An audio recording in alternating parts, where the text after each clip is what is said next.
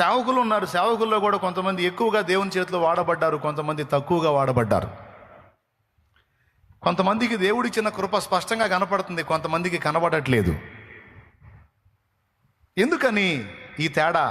విశ్వాసుల ఆశీర్వాదం విషయంలో ఆ తేడా కనపడుతుంది, సేవకులు వాడబడే విషయంలో కూడా ఆ తేడా కనపడుతుంది. కారణం ఏంటి అనే మాట అడిగారు అశోకుడితో పాటు ఇంకొకడంటే మన పావన్ రాజు అడిగాడులే. ఏమి అప్పుడు చెప్పా ఇద్దరికి, ఒరే దానికి చాలా కారణాలు చెప్పొచ్చు, అదని ఇదని ఇదని అదని చాలా కారణాలు చెప్పొచ్చు. అన్నీ చెప్పను కానీ ఒకే ఒక్కటి చెప్తా.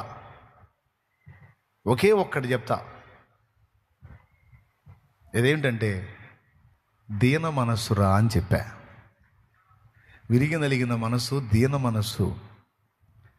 అది కానీ సాధన చేస్తే, అది కానీ సాధిస్తే ఆ దీన మనసు అన్నా, ఆ విరిగి నలిగిన మనసన్నా ఇష్టంరా యేసయ్యకి. స్తోత్రం.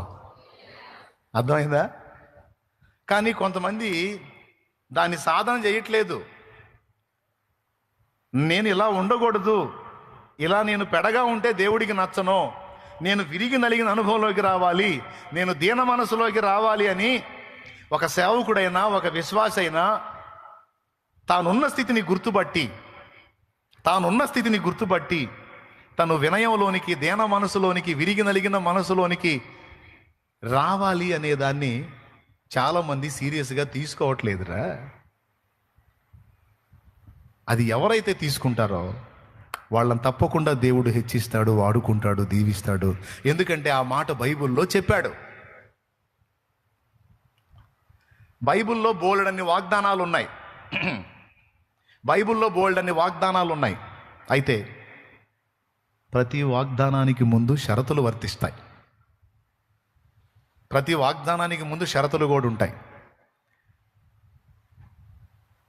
నేను నీకు కృపనిస్తాను అంటాడు, షరతులు వర్తిస్తాయి అంటాడు. కృప పొందాలంటే ఏం చేయాలి? దీన మనస్సు కలిగి ఉండాలి. నీ పాపములన్నిటినీ నేను తొలగిస్తాను, నిన్ను శుద్ధీకరిస్తాను, షరతులు వర్తిస్తాయి. అది నువ్వు పొందాలంటే నీ పాపములను నా ఎదుట ఒప్పుకోవాలి. ఇది షరతు. నువ్వు ఒప్పుకోకపోయినా నేను క్షమిస్తానల్లా. నిద్రలో కూడా అనుకోవద్దు.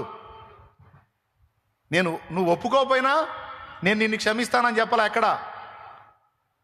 నువ్వు ఒప్పుకో, పశ్చాత్తాపడు, మారు మనసు పొందు, నేను వదిలేస్తా, నేను క్షమిస్తా. షరత్ ఏంటి? ఒప్పుకోవాలి. స్తోత్రం.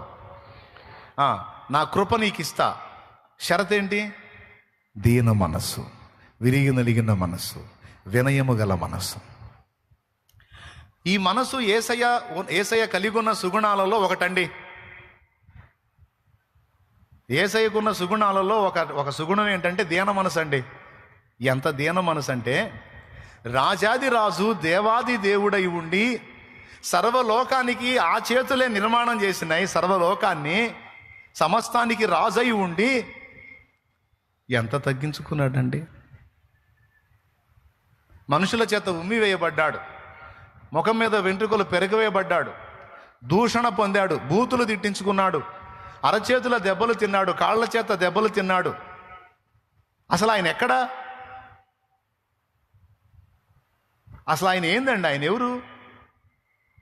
ఇందాక పాడాం ఆరాధనలో, ఆకాశ గగనాలను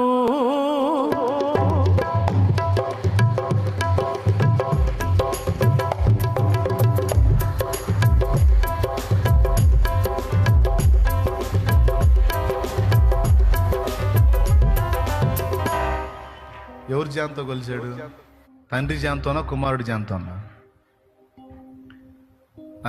తండ్రి కదల్లా, కుమారుడే మొత్తం నిర్మించాడు. హెబ్రీ పత్రిక 1వ అధ్యాయం 2వ వచనం, ఆయన తన కుమారుని ద్వారా ప్రపంచములను నిర్మించెను. ఈ సర్వ సృష్టి చేసినవాడు యేసయ్యే. ఆఖరికి మనల్ని చేసినవాడు కూడా యేసయ్యే. అందరికీ సృష్టికర్త అయి ఉండి అసలు సార్వభౌముడండి, జడ్జి ఆయనే. ఆ మాట కూడా బైబిల్లోనే ఉంది. చూడు కావాలంటే రోమపత్రిక 8:34 చదువు. రాజాదిరాజు ఆయనే, శిక్ష విధించు కింగ్ ఆఫ్ ద కింగ్స్. స్తోత్రం. ఆయనే